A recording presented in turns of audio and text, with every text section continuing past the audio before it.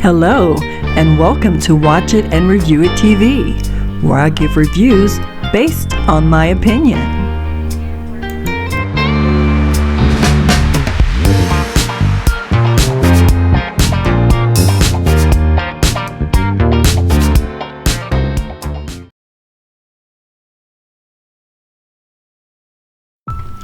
This is the story of Kemi Adeyoola. She was born in 1987 in England. Her father was a multi-millionaire, a successful property manager and former boxer, and her mother was from Barbados. She was the middle child of 3 daughters. Her mother would care for the children while the father worked. The father was later convicted in 1989 of cannabis smuggling. Kemi's family later divorced sometime after the father's arrest. Some said that Kemi fell into a life of crime because of her father.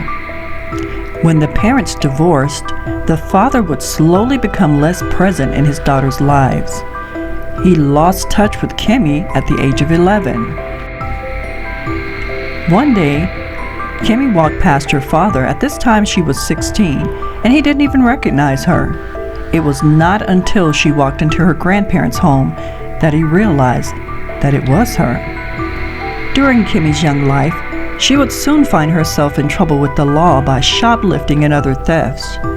She wanted the lifestyle her father once provided for the family. Once taken into custody, the police would describe her and other girls that she'd find to commit crimes with as prolific shoplifters. Kemi would later be sentenced for multiple crimes and spend 3 months in Bullwood Hall. Bullwood Hall is a former Category C women's prison and young offenders institution. It is located in Hockley, Essex, England.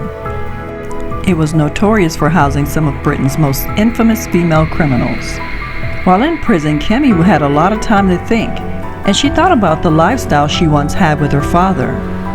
Her father gave her everything she wanted, and she couldn't stand not having that lifestyle. Her father thought that she got a lot of her money-hungry ways from her mother. While in Bullwood Hall, Kemi also thought about ways that she could get money. Getting money would mean she could have the answer to all her troubles. Without any compassion, she started writing about stalking an unexpectedly elderly woman in a wealthy neighborhood. She began to write a manual about her plans to stalk, hide out, attack, and even drug her elderly victim. And then she would get their PIN numbers and have access to their safe. She even thought about what she would do after her plan was complete. She thought about how she would cut and dump their parts into bins. Different ideas and plans would play one after the other in Kemi's mind while she was just sitting in prison. After her 3 months was complete, she would later be released from Bullwood Hall and begin putting her plans into action. In 2005, 85-year-old Anne Mendel would later fall victim to Kemi.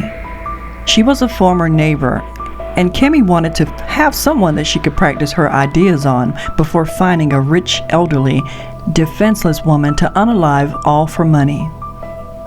They would later find DNA on Miss Mendel's hand that turned out to be Kemi's, and she was taken into custody for the unaliving of Anne Mendel. During the youth's trial, the UK Daily Mail reports that Judge Hone talks about the youth being remorseless and a cold-blooded killer who is serious and continues to be a danger to the public. Her manual of her gruesome plans to unalive elderly wealthy women would later be read in court. The now 18-year-old Kemi Adeyoola would be given a mandatory life sentence with a minimum of 20 years in jail.